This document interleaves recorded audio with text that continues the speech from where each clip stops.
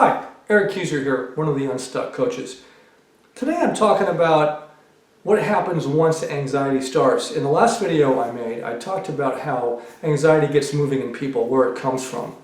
And of course what I said was anxiety starts and is maintained in our thinking.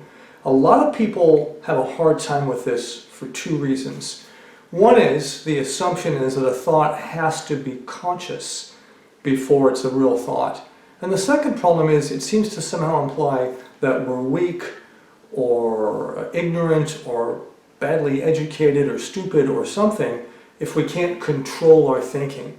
I want to address that notion today, that thinking is something that A, has to be conscious, or B, that we necessarily, at least right away, have a lot of control of. There's a couple of things to say about this. One, a great deal of our thinking is not conscious.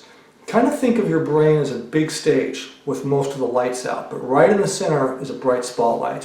Wherever that spotlight goes, you can see what's going on, but once the spotlight moves away, you can't see necessarily what's happening in that space. The brain's a lot like that. Lots of our thinking is happening without us consciously attending to it. How do I know that? Well, for instance, your heart is beating, your lungs are working, blood pressure is moving right along in your veins, you're digesting food, you're feeling pain or cold or heat. All those things are being managed by your brain. In other words, they're being managed by thought. But you don't have to be conscious for that to happen. And it's a good thing too, because all these processes need to happen automatically. They can't wait on a conscious process to get going. Another example is all the ways that you've automated your thinking. And everybody has lots and lots and lots of automatic thinking routines. Think about brushing your teeth. Think about driving a car. Think about heating something in the microwave. You don't stop to think through every discrete step.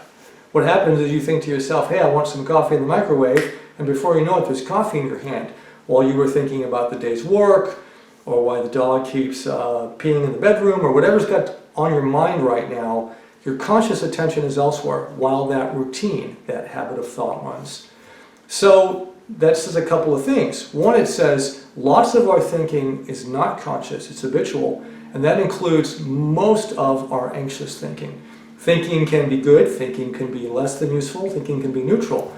If we have thinking that we've habituated, that we've turned into a habit that makes us anxious, that anxious thinking can be going on all day in different ways, depending upon your context and what started that thinking, without you being conscious of it.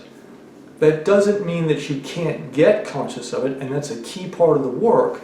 And then the second piece is understanding that just because you're aware of that thinking doesn't automatically change it. All habits, as most of us know, take time to establish. All habits take time to change.